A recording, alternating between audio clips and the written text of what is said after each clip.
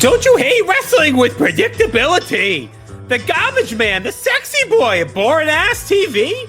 How did I get to work in here? Somebody tell me, please. The WWF is confusing to me. With Vince as mean as you've ever seen. I told old Patterson I'm done here in June. When a sudden voice inside me whispered, Vinny, don't sell your dream so soon. And everywhere I look, there's a Ted with a hand to hold on to. And everywhere I look, there's a place and a promotion who needs you. And it's there you'll book when you're lost out there and you're all alone. And WCW's waiting to carry you home. It's there you'll book. And it's there I'll book. A doobity-ba-ba-ba, headed to Atlanta and listen to this podcast. It's all right, even though it fucking makes fun of everything I've ever done.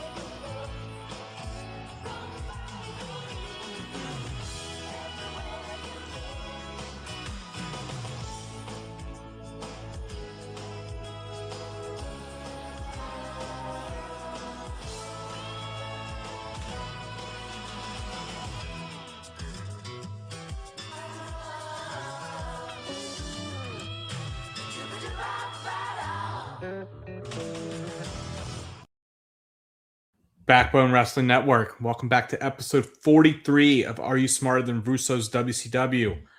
I'm Scott Schiffley. Joining me as always is the backbone of the backbone. This man's on just about every podcast that you have here. I hope you love his voice as much as I do. Logan Crossland. Logan, how are you doing? It's the franchise thunder for us tonight. So Shane Douglas is in charge. So this can only be disastrous, I'm sure. He's like the substitute teacher from hell. Like, as we'll see in this episode, like, the kids are just running amok all episode, like, and it makes no sense. But we'll get down to it. But the show Logan, before we start, how are you doing today? Baseball season in full effect, college baseball season, college basketball season. It's coming to an end, sadly. March Madness will be starting soon. Got the conference tournaments in the next 2 weeks. But yeah, how's everything? Yeah, pretty tired, but making it through it. Yeah, college baseball has been fun so far. Mississippi State's taken a couple of tough losses the last couple of days, but we have shown some incredible fight in those two losses to some really good teams. So looking forward to what they can do this season. Basketball, not so much. It's been a pretty rough one. Might need to clean house at season's end. So we'll see how that goes.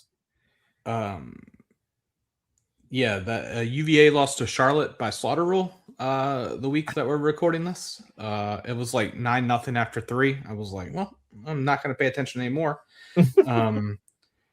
But yeah, but that's where we are right now. UVA basketball killing it. Hopefully we make a deep run in the tournament, but we'll see what happens. But let's wind the clock back 26 years now, Logan. Almost 26 years, making me feel incredibly old.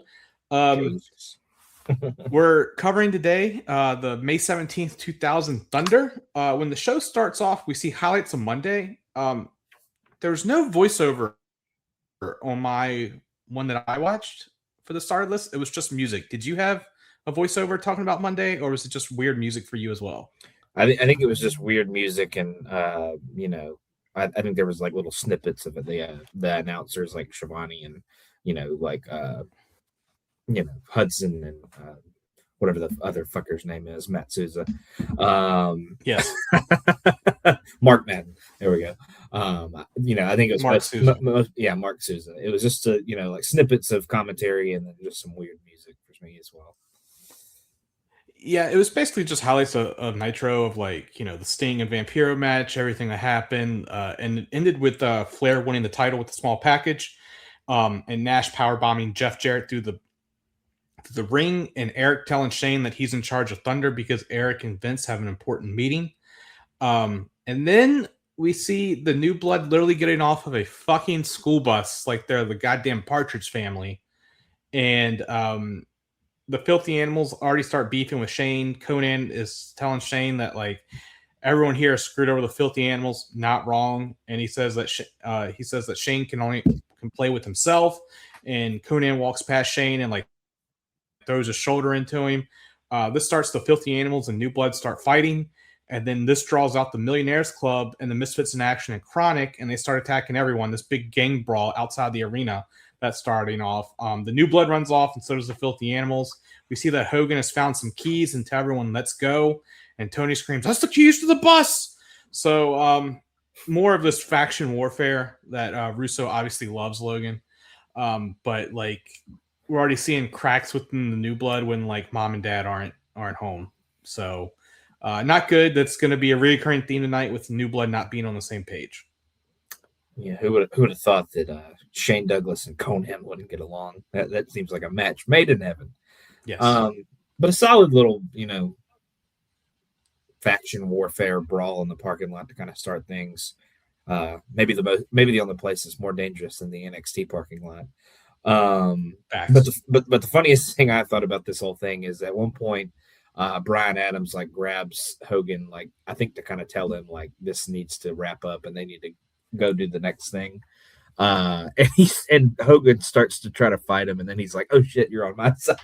Yes, I'm glad you noticed that as well, because that was prime, right there in front of the fucking camera. Oh yeah, I mean, it was the thing that you were first looking at, so I thought that was really funny. But yeah, pretty solid little brawl. A little bit exciting to kind of start things, but yeah. But what's so crazy, Logan, is that they could have reshot that because Thunder was taped on Tuesdays. Yeah, that's true. Or they could have just cut it off earlier than they did. They could have anything they could have done. Real nice quality control there, WCW. So Tony welcomes us into the Cajun Dome in Lafayette, Louisiana. He talks. I wonder if Jacob Williams was at this Thunder. We'll have to ask him. But he was killed by Matanza, so we might never see him ever again, guys.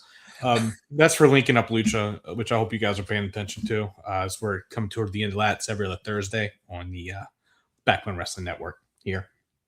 But Tony talks about Ric Flair winning the world title once again. They talk about the video of David Flair and Russo tormenting Ric's family and how David had to swim in the shark-infested pond that they had out there. The Hogan's, the creek, yes. That's correct. Hogan's music hits and out walks Hogan and the Millionaires Club and the Misfits in Action. And then with them coming out, I was like, where the fuck is Bret Hart? We haven't seen him in forever. Where he was such a big part of the whole thing for a little bit. And it's he's just fucking gone. Poof. Vamoose.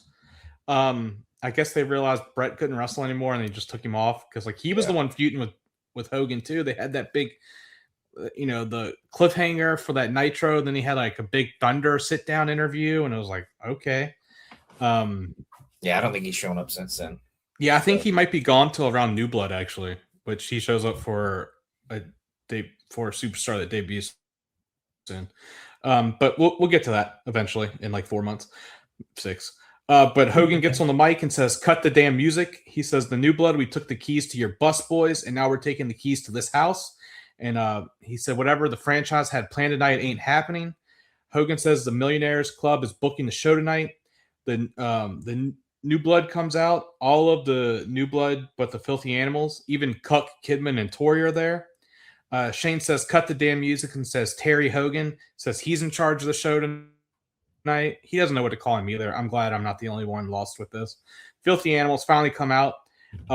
Shane says he will rule the show with the Iron Fist, Terry. Then Hogan starts talking to Billy and says, Billy, this is your first will and testament. I think he meant last will and testament, but I'm saying exactly what he says. He calls Tori smugly. I've heard of fugly. I've never heard of smugly, but Tori Wilson is never ugly. So, wrong. And Hogan wants a rematch with Billy at the Great American Bash. If Hogan wins, he gets a shot at the WCW title in July. He forgot the name of Bash at the Beach. Billy agrees, and he says that Hogan is such a mark for the title and says he will beat him at the Bash. Hogan says he's going to beat him from one world to the other. Hogan then says, whore ass will get his ass locked up tonight. I don't know what that means, guys. Here we go. Jeff Jarrett comes out and says everyone is a Jurassic slap ass and no one will get anything done until he gets his title back. That was stolen. Flair, who hadn't came out, now comes out, and he comes from behind and hits Jeff probably with the worst belt shot I've ever seen, but then he gets beat down by the New Bloods. They were all on the stage. The Millionaires Club and Misfits in Action run to save Flair on the stage. Everyone battles to the backstage area. So a hot opening segment, Logan. We get a match for tonight with Hulk Hogan versus whore ass Hogan, and Hulk Hogan versus Billy Kidman at Great American Bash with a world title on the line. But sets up like this more. It really feels like more Jeff Jarrett and Ric Flair at Great American Bash, and not Jeff Jarrett and Kevin Nash, which hasn't even been announced, but it's been hinted at strongly. So interested to see how they get to this. But I like the segment. Yeah, I like it too. It set up a couple of things. Obviously, Kidman's been buried pretty hard by Hogan at this point, so we'll probably just see some continuations of that at the Bash. I did love whore ass. I'm not gonna lie. That was a pretty good one by old Terry. So I'll give him some props on that one. And then Jarrett, comes out. He wants his title back. Obviously, he feels cheated out of it from Monday, but obviously, Rick's got David at Great American Bash. So hopefully at some point Flair loses it between now and then, because I don't want to see David Flair ever get a world title match. So I mean, I kind of want to, just to see what happens.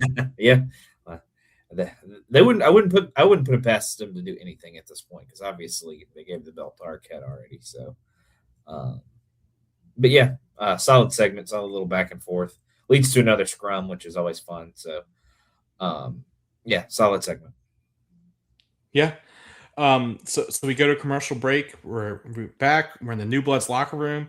The franchise says we have to be smarter than them. Conan calls Shane a puppet and a jabroni and says we are out of here. So the Filthy Animals leave again. Not Billy and Torilo. And then we see the Filthy Animals leave. They're like walking backstage. They come out to the arena. Hoovy gets on the mic and says the juice has come back to St. Louis. The announcers laugh at him because we're in Lafayette. The Filthy Animals send make an open challenge to everyone and says get their punk asses out here. The MIA comes out. But they're missing someone, and a huge erection waves to the back, and out comes Major Guns. Lieutenant Loco gets on the mic and starts talking like Jacob Williams, but he gets jumped by Disco. And I think that's Corporal Cajun, you mean? Oh, sorry. Yes, Corporal Cajun gets on the mic. My apologies. Starts talking like Jacob Williams. Now, I mean, if Chavo started talking like Jacob Williams, that would be hilarious. But yes, thank you, Logan, for that. This leads to our first match tonight. MIA versus the Filthy Animals in an 8-man tag. Corporal Cajun gets a splash after Disco had hit him a couple times, but Lash had sent him into the rope, into the turnbuckle, and Corporal Cajun got a splash. Then all four members of the Misfits in Action did a splash on him, and then Major Guns got in the ring and she let Disco motorboat her. I don't really know how that's bad for supposed to hurt Disco. I think of Ready to Rumble with the line what the King Jimmy King said. What is she going to boob him to death? So that's what I felt as well. And then Disco punches Stash, and he tags out to Hoovy. Hoovy then drop kicks Stash in his legs twice to work on the legs, and he actually gets Stash in the corner and puts him on the top rope and hits a Hurricanrana for the top rope.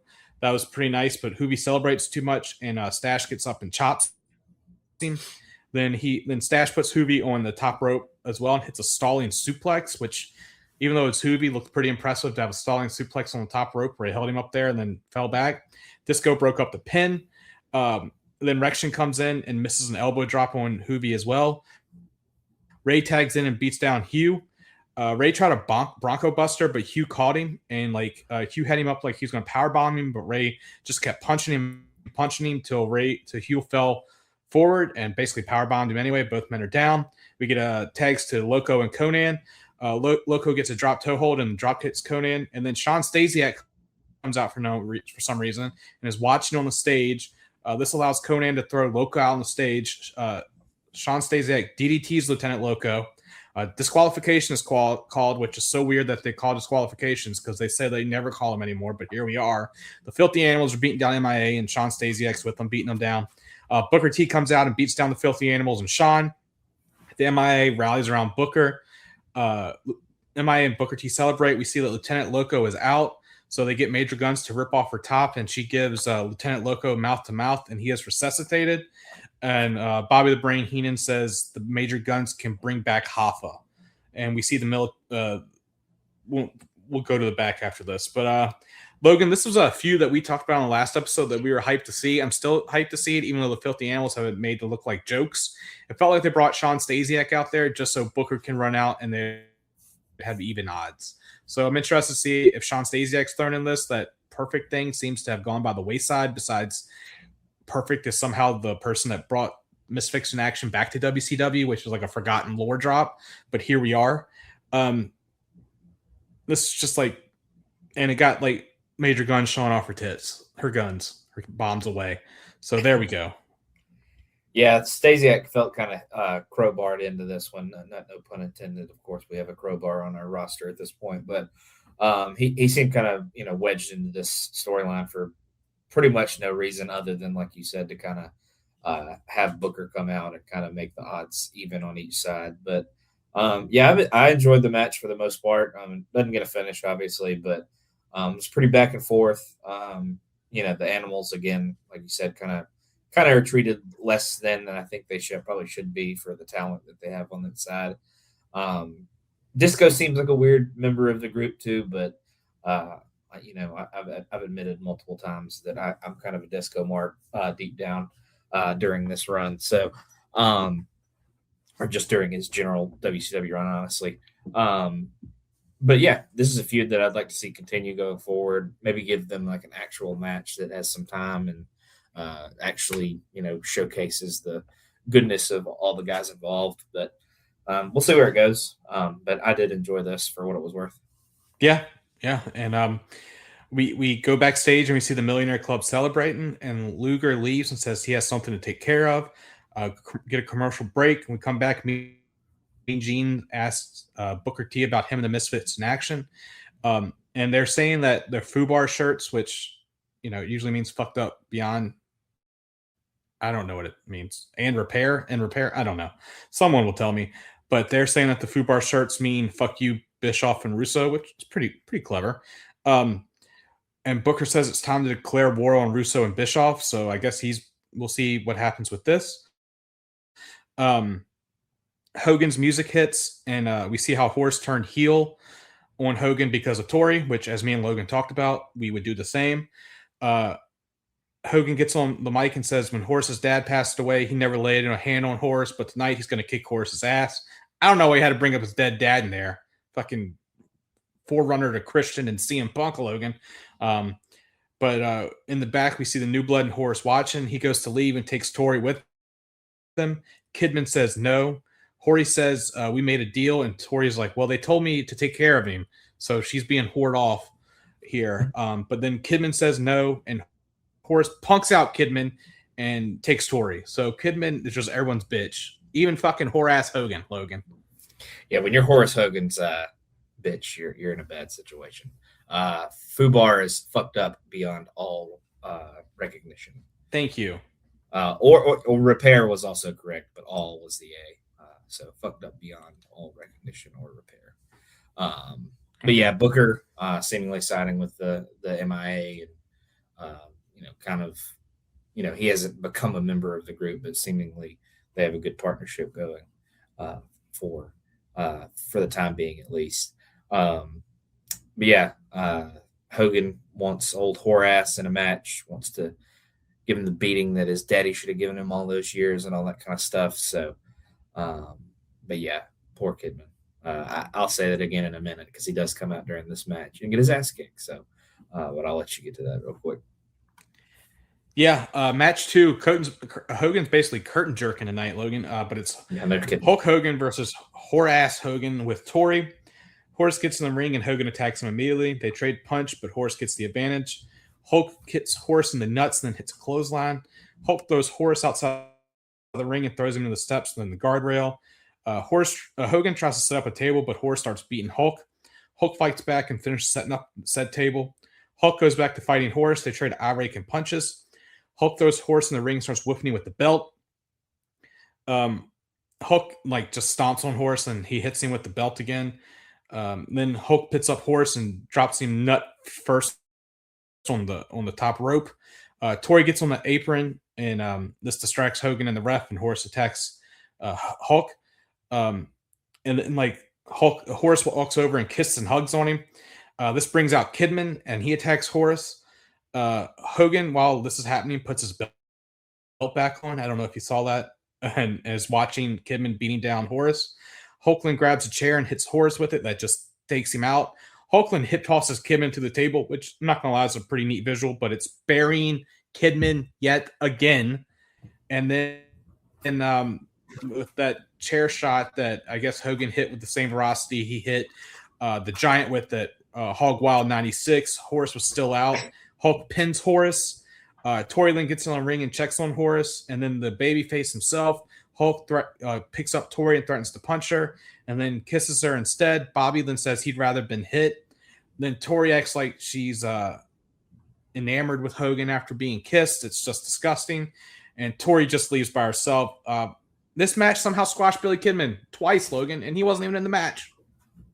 Yeah, no shit. Pretty impressive. Yeah, you could even say he got beeled out of the ring once again. He did get beeled. Absolutely chucked once again by Hulk Hogan. It seems to be a weekly occurrence. Even a showly occurrence. I think it happens on both shows every week if Hulk Hogan's around. But yeah, Hogan's an all-time bad chair shot guy. So anytime you see a chair in his hand, it's going to be an absolutely awful chair shot. Him and Lance Storm are amongst the worst chair shot guys in the history of wrestling. So I'm sure we'll see some Lance Storm's chair shots before too long. Like I said poor Kidman, not even in the match, and he's made to look like a pussy somehow. And then Hulk lays the big smooch on Tori, and of course they have to play that she seems to like it. So I'm not sure where Tori's head's at. She seems to be Kidman's girlfriend, but obviously, like you said, they're kind of whoring her out to Horace at this point, and then obviously she could like the big smooch from old Terry. So I guess we'll see what her intentions are going forward, but seems like she doesn't have her head on right. I mean, if she likes a kiss from Hulk Hogan, correct. But so we go backstage and we see Lex leaving, and he asks a security guard where the gym is. The guy tells him. Tony's like, "Why is he going to the gym now?" I'm wondering the same thing, Tony. Yeah, I was very confused. Yeah, we have a commercial break, and we see Chuck's working out at a gym, and he has a spotter. Luger shows up, and he swaps out the spotter. He swaps out Chuck's spotter, and then when Chuck's gets it up, Luger's egging him on, come on, you can do it, cheering him on. And then once he gets on the rack, Luger hits Chuck with the flexor and then throws him around the gym. He dumps trash on Chuck. Lex whips Chuck with the weight belt and then throws him into the dirty towel hamper. And then we see Lex commit homicide because he hits Chuck with a 45-pound weight, supposedly in the head. Somehow this does not kill him. It would kill me or you, Logan. So don't do this. Luger then pours protein drink on Chuck. So yeah, we saw a homicide, Logan, and it won't be the first one tonight. Yeah, I want to say that happened in one of the Marvel Netflix shows. At some point, somebody got killed by smashing the guy in the head with a 45-pound weight or some shit. I can't remember which one it was, but I think it was Fisk. Yeah, that sounds. Yeah, that sounds like a Daredevil kind of thing. So. But yeah, I feel like of the new blood guys, Palumbo's got the most over on his opponent. So it was good to see him kind of get his ass kicked for once. But yeah, I was very confused by why Luger was leaving the show to go to the gym. But I think he knows his opponent pretty well and that he is a gym rat and all that kind of stuff. So, but yeah, I actually kind of enjoyed this. I mostly want to see the newer guys kind of get some shine, but like I said, Palumbo's gotten a lot over on Luger so far, so it was good to kind of see Luger get some back. Yeah, we'll see if they get a match at Great American Bash. I'm not sure if they do or not, but at least it looks like they're leaning towards that. And then we see Norman and Ralph is selling bootleg FUNB shirts in the back of their car. We have a commercial break. We come out. Terry Funk comes out with a microphone, and we see how he won on Monday with help from MIA and Booker. Terry calls out the Cat, says he wants him to dance his silly ass out here right now, says he'll give him a chance at the hardcore belt right now. Cat comes out, and he comes out and says he's too pretty to be in a hardcore match. Terry walks to the stage and just punches him and DDTs him. This leads to match 3, which is Terry Funk versus Cat for the hardcore title. Funk then hits a reverse neck breaker on the stage and gets 2. Cat hits Funk in the nuts, then gets a karate kick. They battle backstage, and Funk's thrown down some steps that lead from, I guess, Gorilla to the stage. Terry hits Cat in the head with a trash can. They keep battling backstage, trading weapon shots. Then this shows you how much laptops were back then, Logan, because they're throwing each other around, each other with trash cans. Terry grabs a laptop and hits the Cat with it, and Tony said that was $3,500, which, holy shit, man. That's insane how much laptops were back then, but it sounds right. And then they trade punches when they're battling backstage. Funk keeps hitting him with the trash can, and then they're like this bag of popcorn that Cat hits Funk with, and Funk takes a bump off of it, which is pretty impressive. Cat throws Funk into a garage door and says, "I want you dead, old man." And then he opens the garage door just a little bit to put his body there, and then he drops the garage door on him. And then they're outside by this point, and Cat throws Funk into a chair that was just randomly out there. And then there's like steel pipes laying around, and Funk throws steel pipes at Cat, and then Cat grabs a pipe and he hits Funk with it. They make their way to Norman and Ralphus, who were selling the t-shirts at a table. Funk hits Cat with Norman's table, and they beat up their car, and like Norman and Ralphus are screaming like, "Don't, that's our car." They're fighting on top of the car, and Cat throws Funk off of the car, and Norman is yelling about his car and trying to sell Cat a t-shirt, and Cat won't do it. And then Norman gets mad and hits Cat with a chair, and Cat falls into the trunk, and Funk pins Cat like that. So Funk wins on another fluke, Logan. Holy shit, man. This was just the most WCW hardcore match we've seen. They love like pipe shots and trading punches and brawling and trash can shots. I will say the garage door was pretty cool, but like I'm kind of enjoying how they're letting Funk just get his ass beat and then get these fluke wins. Like, it's probably not good for the title, but it's like entertaining me. Yeah, I mean, it is the hardcore title, so it's not supposed to really mean all that much in the grand scheme of things, I guess. But yeah, this is kind of a lesser version of the WWE style of hardcore. This kind of reminded me of Snow and Hardcore Holly from St. Valentine's Day Massacre, where they battle around the river and all that kind of stuff. Obviously a lesser version, but they battle all around the outside. And the fucking finish where he pins him in the trunk was incredible. But yeah, Funk's one of those guys that I kind of enjoy. He's a very good seller. He's good at selling other people's offense. So I do enjoy watching him kind of get his ass kicked throughout these matches. There was a nasty DDT on the stage to kind of start. I think he hits back-to-back DDTs to kind of start things. So those are both pretty nasty on the metal. But yeah, this was probably one of the better like hardcore style matches between two guys, kind of reminiscent of the good ones from WWE around the same time. Yeah, it's pretty dope. I really enjoy it. Like, I'm sure this Funk thing will probably come to an end now that we're enjoying it, Logan, because we can't have nice things.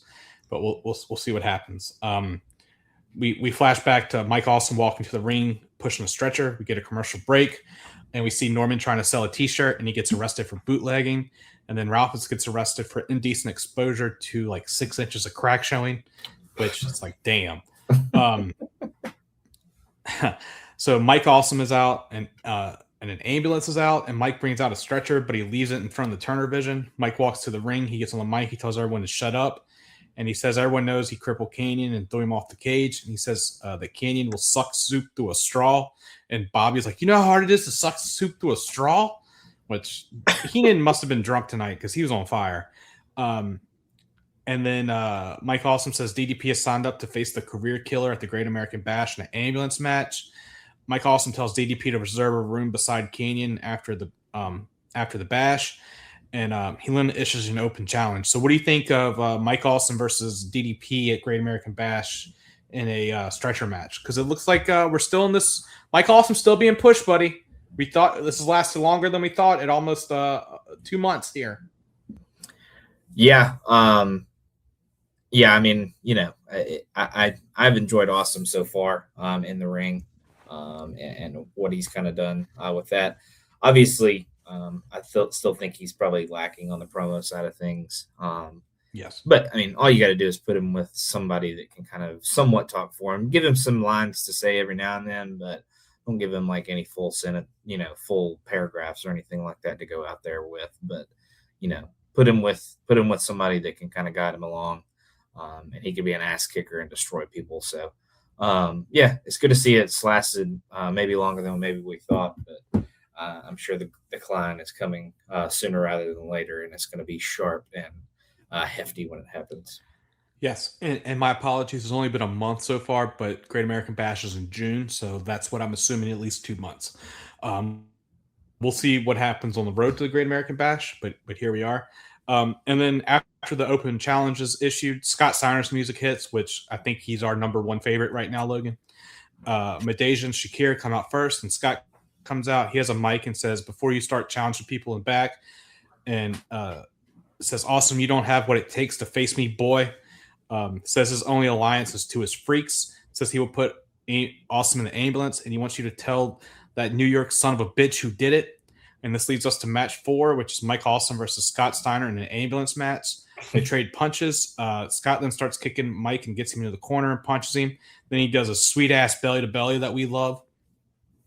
And then in an amazing move, which, like, I'm surprised this hasn't been gift, but Mike bails out of the ring and he throws a chair into the ring, and Scott fucking catches it. And then he throws it back at Mike like it's a fucking fastball from Randy Johnson circa 1997. And, like, it's so fast that Bobby's like, I had to get out of the way to save that woman, like, because it almost hit the announce table. Like, it slid, like, it landed beside the announce table and slid. Like, it was amazing. Mike slides back in the ring, and Scott knees him, then sends him to an Irish whip, and he hits Mike with a clothesline. Then he gets an elbow drop, and for some reason, he pins Mike Awesome in a stretcher match and gets 2, which is confusing to me. My note here says, I even thought this was an ambulance match. Scott throws Mike in the corner, and Mike hits Scott in the nuts. Mike stomps Scott and then slams him. Mike goes up top, hits his nice top rope clothesline. This also gets 2. Mike then went for an awesome bomb, but Scott reverses it and drops Mike on his back. Scott suplexes Mike and then puts him on the counter recliner. Goldberg's music hits, and Scott breaks the hold and throws Mike on the arena ramp. But we see it's Tank Abbott doing the Goldberg entrance. Scott then gets on the entrance ramp and waits for Tank to come out. Tank does the whole entrance. He has sparklers and R&B security out there. Scott attacks him and they fight. Ricklin comes out and he beats down Scott. Scott and Mike even comes down as 3-1, but Scott fights them all off. And he's on the advantage for a little bit, but then the numbers take over. Then Goldberg's monster truck fucking revs up and it comes out. Rick and Tank are like shocked by this and like, it's Goldberg coming, but they literally, like, the monster truck is parked beside the arena, the entrance. Scott then attacks Rick and Tank. He throws them on the hood of the monster truck, and they're stuck on the monster truck, I guess, forever, Logan, because then, like, you know, the monster truck then backs up and leaves, and then we see Mike Awesome getting in the ambulance and he drives off. The match just ends. Match just ends, guys. What the fuck are we doing? I mean, he did get in the ambulance, so he technically forfeits, I guess. But yeah, that's just a batshit 30 seconds, guys. Yeah, right. Like, yeah, I was saying Rick and Tank acting like they're super glued to the hood of the fucking monster truck. So I'm sure that was a terrifying ride to have to ride on the front of that for even a few seconds. Yeah, because it's like 10 feet up. Higher off the ground, and then obviously there's some big bastards. So, or at least Rick Steiner is. Tank's kind of smaller guy, but in the grand scheme of things, obviously. But yeah, the seemingly every show ambulance match happening here. So this is the second one in a row that hasn't involved someone getting thrown into an ambulance and the door being shut. So the last one just kind of ended by like, oh, he's unconscious, so this can be done. And obviously this one seemingly ends by forfeit. So, but yeah, the monster truck stuff's getting kind of tedious at this point. Just Goldberg just needs to come back. Like, I don't, I'm not like pining for a Goldberg match or anything like that. And I'm obviously definitely not pining for a Tank Goldberg match, but just come back at this point. It's getting obnoxious. I'm tired of the fucking monster truck, Logan. And it's more the commentary, like, "Oh my God, Goldberg's got to be the driver." They just go way over the top with it, like, yeah, and I think if he was the driver, he probably would have gotten out and shown himself at this point. So, but yeah, he just needs to come back and end all this monster truck bullshit. They're acting like Goldberg monster truck driver is like when everyone was a fucking Sting. Like, I watched Bash at the Beach 97 the other day, Logan, and they acted like Kevin Nash when he walked out dressed as Sting and stepped over the fucking ropes and hit the Giant. They thought he was Sting. They're like, why is Sting doing that? It's like, I've been watching Sting wrestle for 8 years now, Tony, and we've never seen him step over the fucking ring ropes to get in there. How dumb can you be? And then, like, the next night, they're like, oh, after further review, we verified it was Kevin Nash. It's like, dude, this is the same shit you're doing. Like, I know Tony was checked out, it's talked about and everything, but it's like, what the fuck, man? It's just asinine. It's like, Scott Steiner gave Goldberg a thumbs up. That was them talking to each other. Shut up. Yeah, I was saying, and Scott Steiner and Goldberg are totally buddies enough to where he would give him a thumbs up. So, yeah, sure. Whatever you say, Tony. The only time he would give him a thumbs up is if the middle finger was attached to it, Logan. Mm-hmm. He would stick his thumb up his ass. Or something like that. That's something he would say. Yes. Mm-hmm. So we then see that Canyon's in the hospital, and we'll have a Mike Tenay interview later tonight. Have a commercial break. We come back. Shane is trying to rally the new blood. He says Eric isn't happy with us. When he's trying to give a pep talk, Billy says that the cat's overrated out of nowhere. So I have like new bloods in shambles. And then we go to Mike Tenay with Canyon. Tenay asks for an update. Canyon says he's real weak from the waist down and weak in his arms. Says he's tired and emotionally he's spent, but he's because he's always wanted to be a wrestler and he doesn't know because he's not sure if he can walk again. He does say that he still wants to wrestle, and he says he just wants to get out of bed. Tenay asked why he got involved in the cage match. Kenyon said he went out there to help DDP, but then he says he doesn't blame Austin. He went out there because he felt like he owed DDP. Tenay starts trying to stir the pot with DDP and Canyon. Says DDP is walking, but Canyon isn't, and Canyon says DDP was there the first night. Since then, he's been calling multiple times a day. Canyon says his big fear outside of his own issue is Paige being in too deep and doing something he regrets. So that's the end of the interview. We haven't seen full Dickhead Tenay interview yet. That will come later. But this was like he was trying to be an investigative journalist with Tenay face, Logan, and wasn't really working for me. They didn't give Canyon a lot either, in all honesty. Yeah, I mean, he's trying to sell the solemnness of the situation. This is our second kind of like, oh, I may never wrestle again kind of situations, because we had the one with while ago with and Scott Steiner. We had the Scott Steiner. Oh, yes. We had the neck and back issues and stuff. So yeah, I guess really three. But yeah, this is as well done as it's going to be. Maybe use Tony in this situation rather than Tenay. Tenay, like you said, it's kind of a prick. And doesn't come across as like the nicest interviewer guy. So, but yeah, I thought Canyon played it well. Obviously, he's selling that he's severely hurt, even possibly never going to wrestle again. So I thought his performance was good. But yeah, Tenay was kind of a prick. So yeah. Yeah, it's like okay. Um, so yeah, so so we're back to the New Blood locker room. Everyone's still blaming each other. Shane gets a call who he thinks is from Eric, but it's from Chronic, and they want a three-way dance tonight. Shane says, "You can kiss my ass," and he tells them to go lock the door so Chronic can't get in. The New Blood says, "You're on your own." We have a commercial break, and when we come back, we see what happened during the commercial break where Chronic got to the locker room and beat down Shane. And they continue beating down Shane all the way to ringside. This leads us to match 5, which they say it's a three-way dance, but it definitely feels like a handicap match. So I just put it as Chronic versus Shane. Shane's thrown in the ring, and he actually gets he punches both members of Chronic with looks like tape fists, but like that doesn't last long. So they just double team Shane. They beat his ass. Shane begs off, but Brian Clark hits a pump handle slam. Brian Adams hits the F5 on Shane, which isn't even they don't even say the name of the move, which I don't know what the official name was. I just called the F5. This is just an ass whooping. They close on Shane out of the ring. Shane tries to steal the belts, but the wall comes out because on Monday, Shane had left the wall just to get his ass beat by Chronic. He hits Shane with a table. Wall sets up the table and choke slams Shane through said table. Then he press slams Shane back in the ring to Chronic. Chronic looks at the wall. The wall gives a thumbs up, and Chronic hits high times, which is a double choke slam, and it's over. And Chronic celebrates. I don't know why this was here, Logan. I thought this was the end of the feud last week on Monday, last episode.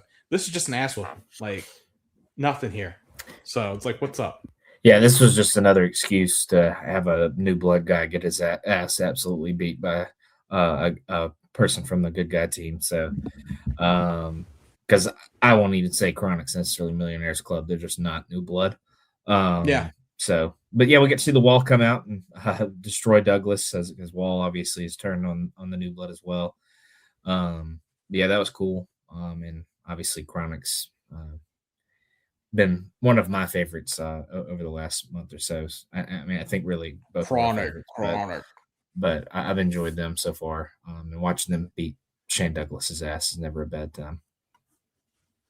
Yeah, I'm hit or miss with them. Like, it seems like it's just Russo booking where like there's no plans, as we've seen. Like, they came in as part of like New Blood and it was like, no, they just want a tag title shot, and like that makes them baby faces now, and it's like I don't know about all that, but we'll see. But I love their high power moves. I mean, I guess we're kind of big men marks because we also like the Wall. Where the fuck are the Mama Lukes, Logan? But it's insane. They'll be back soon. But okay, good. Good. But we see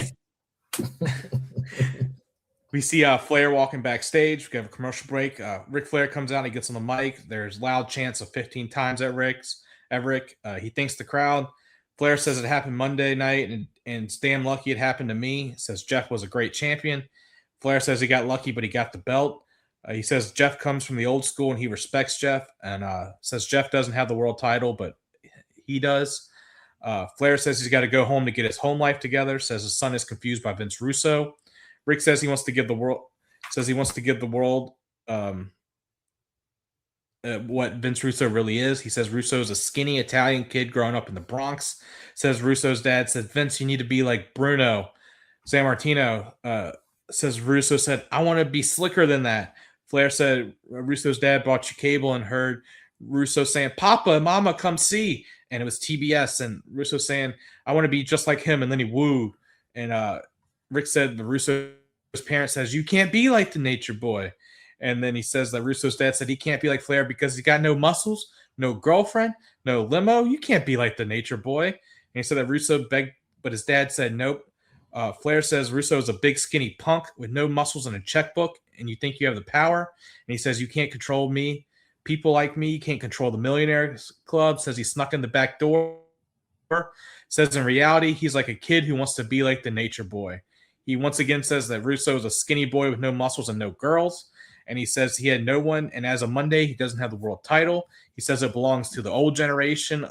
Says the belt is Luger, Sting, Hogan, and Flair. Says this is tradition. says, and he holds the belt up and says, having this belt is all that there is. Flair says Russo's trying to live his life through his son. Jeff Jarrett's music hits. Jeff gets on the mic and says he's heard enough of this crap. Says he's a deadbeat dad and has a stolen property. They start fighting. Crowbar and David Flair then come down. They're triple teaming Rick. Horseman music hits, and Arn comes down with the steel pipe.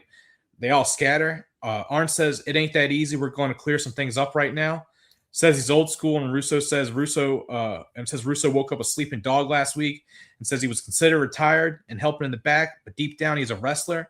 And he says, come home, David. And he said he came home, David, and one of his kids was lighting matches and trying to call the fire. So he's whooped his kid's ass, and then he gets cheered for that. Do you think he whipped his kid's ass who's a wrestler? Maybe. Yeah, that's just what I thought of. Yeah. But maybe. Then Arn says you until you learn to be a man, you gotta be a man to be a wrestler. Arn says David needs to let Russo stop trying to control him. He says new blood is O for everything, David. Arn throws up the 4 and says in 10 minutes you will get a dose of Anderson and Flair, Horseman style. Logan, this is a hell of a fucking angle. Classic promo from Flair and Arn. I'm not doing it justice, but just amazing. Arn is so damn believable when he talks, even when he said he pulled out a Beretta, when he pulls out his Glock later in AEW, which is like just an amazing promo. But this was really good as well. Like, it felt real with Rick. I guess that's what makes us love him. I know you don't really love him as much, but it definitely feels like we're more in a feud with Jeff Jarrett and Ric Flair than Jeff Jarrett and Kevin Nash. Yeah, this was a good promo from Flair in like his like Looney Tune kind of style. He gets absolutely crazy and does all the impressions and the voices and stuff like that. But he's got you locked in the whole time at the same time. Like, I feel like a couple of weeks ago, or at least a couple of shows ago, he cut a good promo in like a serious way, talked about tradition and all that kind of stuff. But this was just him going crazy, doing all the different voices, doing all the kind of not gyrations, but walking around, doing all the crazy Flair stuff. So, but yeah, and then obviously the New Blood guys come out and try to attack him and stuff like that. But yeah, Arn comes out and cuts a hell of a promo as well. So that was really fun. And kind of seemed like we were maybe going to get a tag match later on with these two guys. So seeing Arn maybe come out of retirement was an interesting idea, but we'll see how that goes when that segment rolls around later. Yeah, but I just love that. And I was like, 10 minutes left. Arn, when you say that, it's only 2 minutes left in the show, which we'll get to that. So Vampiro is backstage with a Sting mask, and he lights a Sting mask on fire and says he's going to take Sting to hell. We have a commercial break, and when we come back, Sting is in the ring. And it says cut his music, but the lights keep fucking flashing like it was trying to give me a seizure.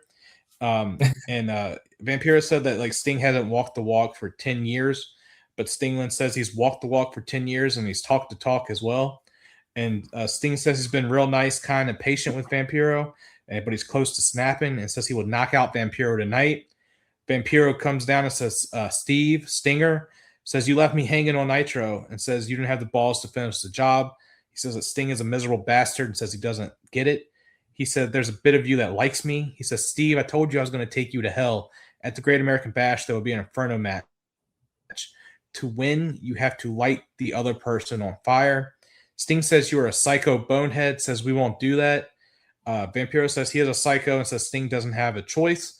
And then half the ring ropes catch on fire. I guess they were trying to want all the ropes to catch on fire, Logan, but that doesn't happen. The fire goes out very quickly, and you can see Sting like stalling for time as he goes and celebrates, and then he just leaves. So just a weird segment, Logan. I don't have faith in this Inferno match if they can't even light the fire,